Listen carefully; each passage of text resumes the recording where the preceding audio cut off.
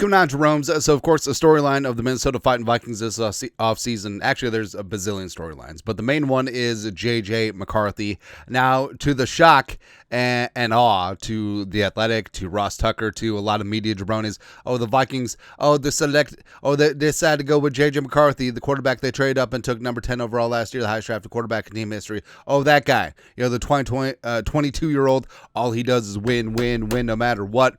Dude from Michigan. Oh, loaded. What happened? Oh, they should have signed 47-year-old Aaron Rodgers, but it's whatever. But Kevin O'Connell, JJ McCarthy do have this connection. Plus, we are on the precipice. We are on the threshold. We're on the 1 yard line. We're like, we don't understand that this could be together for 10, 12, 15, 20 years. Like, I don't think that we're ready yet. I don't think that we can handle this. I don't think we're ready for this jelly. Or something like that. Right. But this is Bad Boys, the movie, not the song, the movie. All right. And of course we know that Kevin O'Connell is indeed the quarterback whisperer, but it's one thing to know it, but it's another thing to see the black and white stats. And this is fantastic. Scott Barrett, fantastic fantasy writer. Kevin O'Connell, offensive rank by passing yards / passing touchdowns. 2021, when he's OC of the Rams. Yes, Sean McVay gets some credit, Ed Sheeran looking mother. Nah. But fifth in yards and second in touchdowns, which is pretty good. Then 2022, first year as head coach of the Vikings, 5-5. 2023, remember that was the year that Kirk Cousins got hurt, as well as JJ McCarthy had that hamstring. 5th and 6th, and then 2024, 6th and 5th with Sling and Sam Darnold, aka America's quarterback. So basically, never been outside the top 6 as a head coach or his final year's OC with the Rams when they won the Super Bowl in terms of passing yards and passing touchdowns, which is pretty good, right? So I feel like Kevin O'Connell, yes, hasn't won a playoff game. Yes, has sort of ignored the run game, but all of this coming together where he is a quarterback-friendly play caller because former NFL quarterback himself, and he puts his quarterbacks in the best situation. Plus, I mean, this is not exactly a murderer's row of quarterbacks. Like Stafford's probably the only Hall of Famer in here. He had 17 starts with the Rams in 2021. Then you Kirk Cousins, 25 starts, 2022, 2023. Sam Darnold, 17 last year. And then the Gong Show in 2023. 4 games of Josh Dobbs, the Passionate, as well as Nick Mullins and Jaron Hall. And also the fact that these 2023 averages were downgraded because Dobbs didn't pass the ball a ton. Jaron Hall was a bit of a disaster class in the first half against Green Bay, but maybe it's propped up by Nick Mullins throwing for 47 bajillion yards.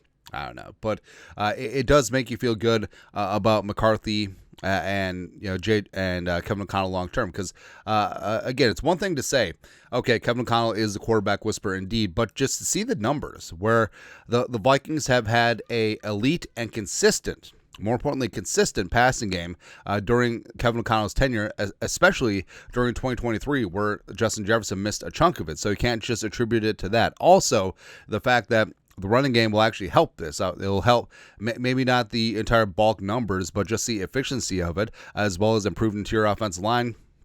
You're going to be good to go. So, Kevin O'Connell, doing what Stafford could never do in Detroit. Just win a Super Bowl. The first second that you're away from Detroit, win, no matter what. And then got the best out of Kirk Cousins that we all knew and love, and then just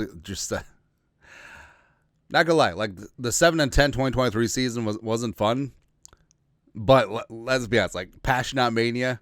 I mean, they come out and sell like 50,000 Josh Dobbs jerseys. Come on. I got to get me a Josh Dobbs jersey because that would be hilarious. The Mullins and the Mormon Missile, all that stuff. And then last year with Sam Darnold, yes.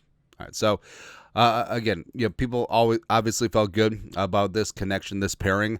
And also, what's great about having a head coach who is also the offensive play caller is that your quarterback is going to have consistency and stability, right?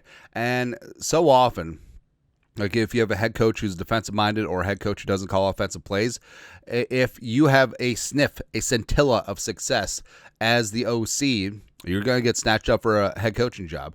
And the turnover and having multiple play callers over and over and over again, that really is detrimental on a quarterback. So the fact that that Kevin O'Connell is going to be here, that JJ McCarthy is going to be here, that Kwesi understands this roster, understands JJ, understands how to build. They're all going to be here together long term. I don't think we're ready for this. I just really don't. Right? So find you someone who looks at you, the way that Kevin O'Connell looks at JJ McCarthy. Right? And like we said, it's one thing to know it, another thing to just see this.